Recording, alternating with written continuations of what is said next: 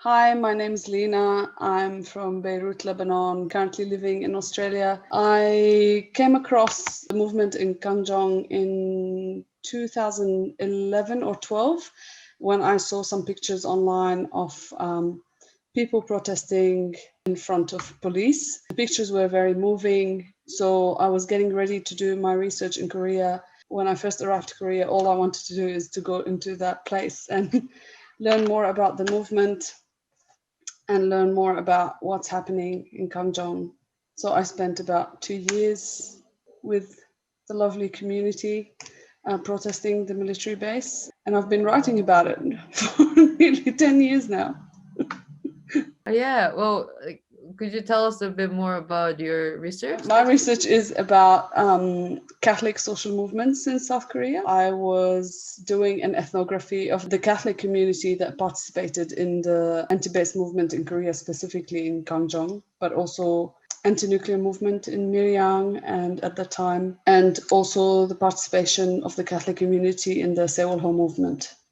So my thesis focuses on these three, and it's ethnographic, historically grounded ethnography of protest and activism of that religious community. Can you share a moment that stands out in your memory from the Gangjong struggle? After protesting at the gates and dancing, the best part was going all together for lunch in Samgori, just eating together and chatting, and that was always the best part.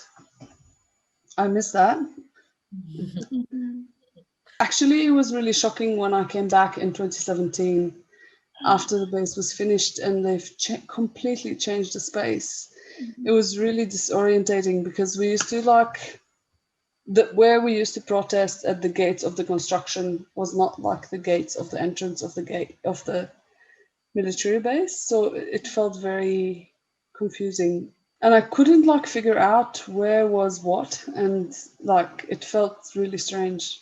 But also it was really shocking how huge the base was after it finished. We knew it was going to be big, and I don't know. So for some reason, when it was fenced, it looked different.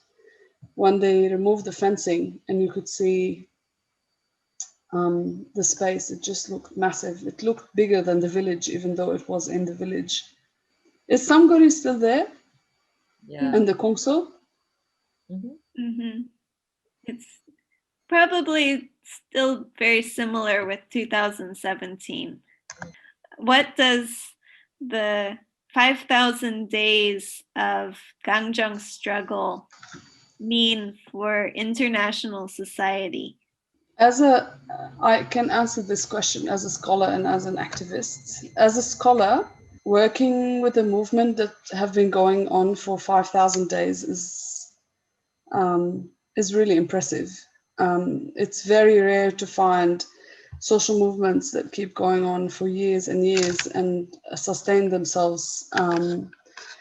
As an activist, looking at the Gangjong struggle is very inspiring because I know that the Gangjong movement have gone through a lot of difficulties and problems, sometimes difficulties with the police, sometimes difficulties with the government, sometimes both, difficulties with local people, sometimes within the movement. It's really hard to maintain a community and a movement for that long. So it's very inspiring to look at the Gangjong anti-base movement. It's inspiring for other movements to learn how not to give up, because what we're fighting is really huge. The military-industrial complex is not going to bow down after a few months or a few weeks of protest. It's a system that will keep going whether we're there or not. And the fact that we keep saying, no, we don't want this, over and over again, as long as they exist, is a very powerful message. So it's really chapeau bas for everyone who is still there. A lot of respect for everyone who's still going. Every day when I see the images on Facebook and when I get them by email that you're still dancing and praying, and it just sometimes it brings tears to my eyes that you could keep doing that. It's really an inspiration.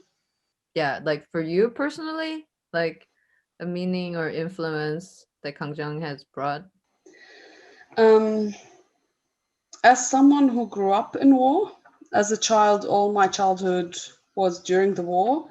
I often wondered as a child if somebody cared outside of where I grew up about about people who lived under war. So for me, this movement is so important, not only because it is resisting militarism, but also because you are at like the mouth of the river of where war starts. This is where it starts. This is where it launches. This is where it's organized. So yeah, this movement is very important for me on a personal level, because it means a lot to just go to these places that are often neglected, people don't know about. Like most people don't know where military bases are, and just being there, facing it every single day, saying, no, you should not be there. We don't want you there. It's not okay for you to be there. It's very important. It's crucial for the anti-war movement in general, not only in Korea, but also around the world. El pueblo unido jamás será vencido. 단결된 민중은 절대 지지 않는다. 강정은 절대 지지 않는다. 투쟁!